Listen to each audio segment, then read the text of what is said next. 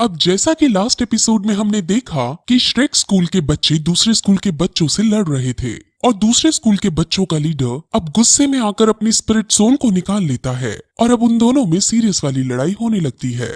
दूसरे स्कूल के लीडर के पास ब्लैक टर्टल की स्पिरिट सोल है। टैंग शैन और बाकी सबको लगता है कि इसकी डिफेंस टाइप की स्पिरिट सोल है और अब इसी के हिसाब से उसको हराने की प्लानिंग बनाते हैं और फिर सब एक साथ उस पर अटैक करने की कोशिश करते हैं, लेकिन वो उनके सभी अटैक से बच जाता है और उनके ऊपर हंसता है।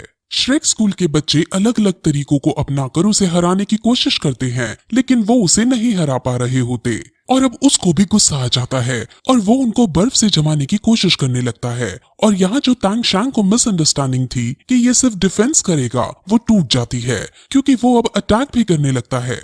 अब श्रेक स्कूल के बच्चे बुरी तरह हारने लगते हैं, लेकिन तभी वहाँ मिस्टर जाओ आ पहुँचते हैं। मिस्टर जाओ श्रेक स्कूल के सभी बच्चों को कमरे के अंदर सोने के लिए भेज देते हैं और फिर खुद उस लीडर के सामने जाते हैं। लीडर उनका भी मजाक उड़ाने लगता है, जिस पर मिस्टर जाओ बिना स्पिरिट सोल का यूज किए ही उसको पीटने लगते हैं और लीडर अपनी फुल पावर का यूज करके भी उनसे नहीं जीत पाता और मार खाकर एक डस्टबिन में गिर जाता है। अब फिर उसको पीटकर मिस्टर जाओ बाकी बच्चों के पास जाता है और वहाँ उन्हें कल जंगल में फिर से चलने को बोलता है।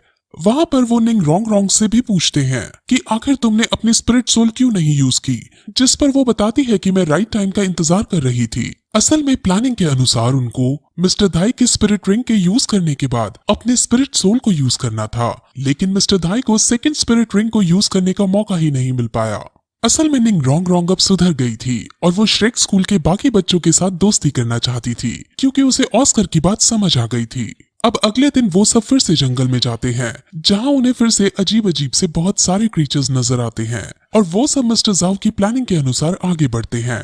और अब आगे बढ़ने पर उन्हें एक बहुत खतरनाक बीस्ट नजर आता है। ये एक बहुत बड़ा स्नेक है और इसका नाम millennium phoenix tail crest serpent है। ये 1000 साल से भी पुराना सांप है, जिस वजह से ये बहुत ज्यादा शक्तिशाली है। असल में जो बीस्ट जितना ज्यादा पुराना होता है वो उतना ज्यादा शक्तिशाली होता है। अब वो सब इसको मारने का डिसाइड करते हैं क्योंकि अगर इसके अंदर की स्पिरिट रिंग ऑस्कर को मिल जाती है तो वो बहुत शक्तिशाली हो जाएगा।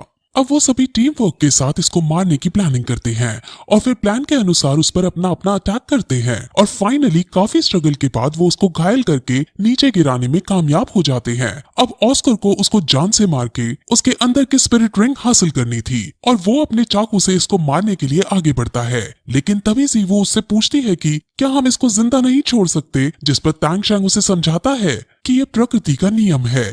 इस संसार में जो ज्यादा ताकतवर होता है वो कम ताकतवर को मार ही देता है, क्योंकि अगर हम इससे कम ताकतवर होते तो हम इसकी जगह जमीन पर लेटे होते, तो ये भी हमें जिंदा नहीं छोड़ता। अब फिर ऑस्कर आगे बढ़कर उसे मारने लगता है कि तभी वहाँ एक दादी और उसकी पोती आ पहुँचते हैं और उन सबसे कहते हैं कि इस जानवर को पहले हमने देखा था और हमने इस पर वार भी किया था। हमने पहले इसके पेट पर अटैक करके इसे घायल कर रखा था और टैंग शैंग के चेक करने पर वहाँ उन्हें 3 निशान भी मिल जाते हैं। असल में दादी अम्मा उसकी स्पिरिट रिंग को अपनी पोती को देना चाहती थी जिससे वो स्ट्रांग बन सके, लेकिन मिस्टर जाओ उसकी बात नहीं मानना चाहता। असल में दादी और दादा यानी दादी के पति बहुत ज्यादा स्ट्रांग हैं। अगर दादा और दादी एक साथ मिलकर फाइट करें तो इनसे कॉन्टिनेंट के बड़े बड़े योद्धा हार जाएंगे, लेकिन अभी दादी अकेली है और दादा इसके साथ नहीं है, जिस वजह से मिस्टर जाओ चाहे तो इसे हरा सकते हैं, लेकिन मिस्टर जाओ कोई रिस्क नहीं लेना चाहते क्योंकि क्या पता दादा यहीं कहीं जंगल में हो। इसलिए उन दोनों में थोड़ी पोलाइट मैनर में बहस होने लगती है, जिसके बाद उनमें यह डिसाइड होता है कि पोती और टैंग शैंग के बीच फाइट होगी और अगर पोती फाइट को जीतेगी तो स्पिरिट रिंग वो हासिल करेगी और अगर टैंग शैंग फाइट को जीतेगा तो स्पिरिट रिंग ऑस्कर हासिल करेगा।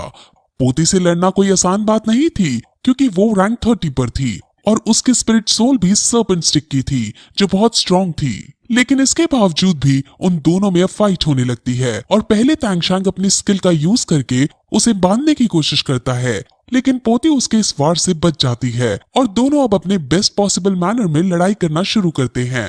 अब फिर दोनों एक दूसरे पर अपनी स्पिरिट सोल का यूज करके एक दूसरे पर अटैक करने लगते हैं और उनकी एनर्जी अब आपस में टकराने लगती है और फिर कुछ देर बाद दोनों दूर जाकर गिरते हैं, जिसमें पोती तो बेहोश हो जाती है, लेकिन टैंग शैंग घायल होने के बावजूद होश में था।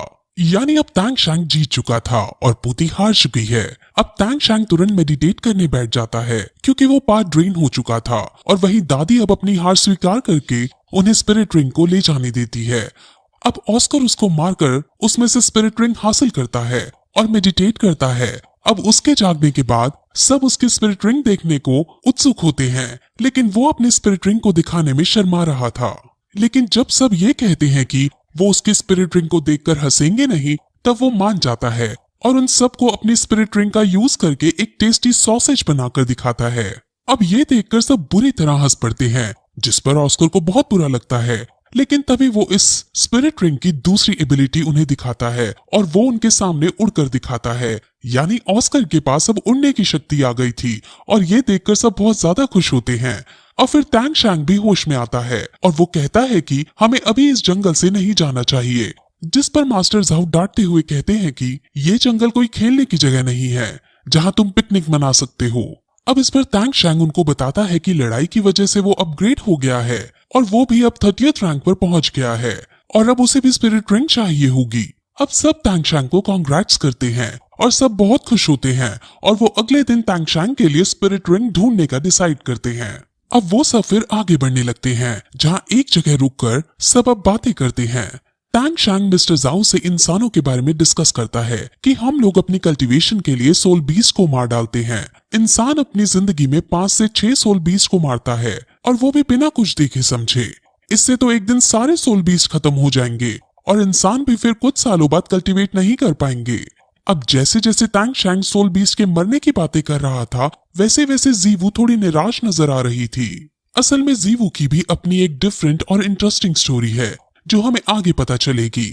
अब वो सब बातें कर ही रहे होते हैं कि तभी वहाँ जमीन हिलने लगती है और भूकंप आने लगता है। वहाँ चारों तरफ पेड़ पौधे जानवर भी हलचल करने लगते हैं और मिस्टर झाओ को समझ आ जाता है कि अब बहुत बड़ा खतरा उनके सामने आने वाला है। वो जंगल के बीचों बीच मौजूद थे, जिस वजह से वो वहाँ से भाग भी नहीं सकते थे।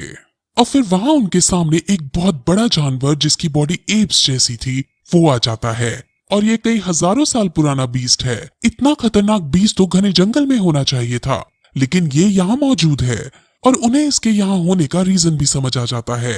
अब मिस्टर झाओ उसके सामने जाकर उससे पोलाइटली ये कहते हैं कि अगर ये आपकी जगह है और आप हमें यहाँ नहीं देखना चाहते तो हम यहाँ से चले जाएंगे।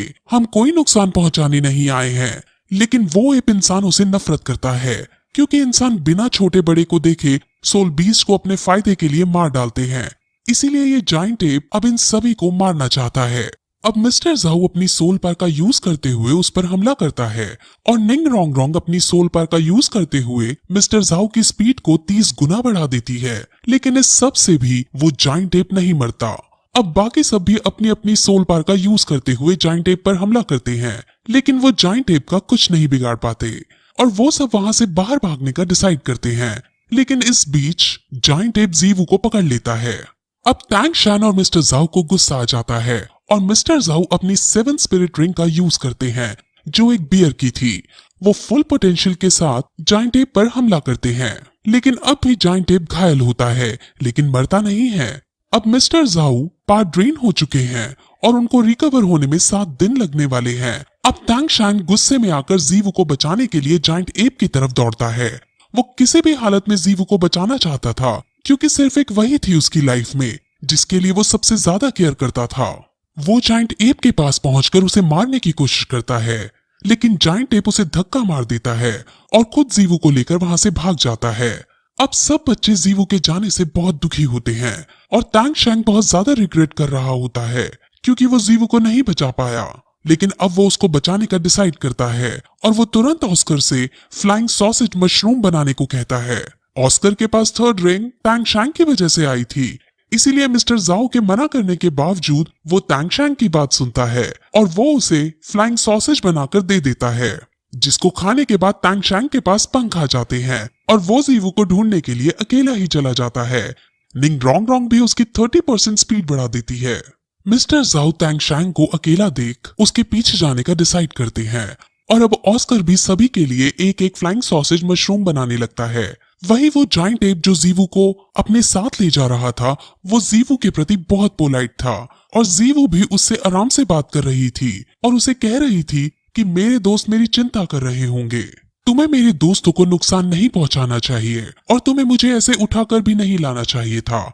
यहाँ से हमें ये पता चलता है कि जीवू पहले से ही इस जाइंट एप को जानती थी और ये जाइंट एप उसको मारना नहीं चाह रहा था और जाइंट एप जीवू की सारी बातें भी मान रहा था। फिर हमें तांगशांग को दिखाते हैं जो ढूंढते ढूंढते जाइंट एप के पास आ पहुंचता है और इसी के साथ फिर ये एपिसोड यहीं खत्म हो जाता है।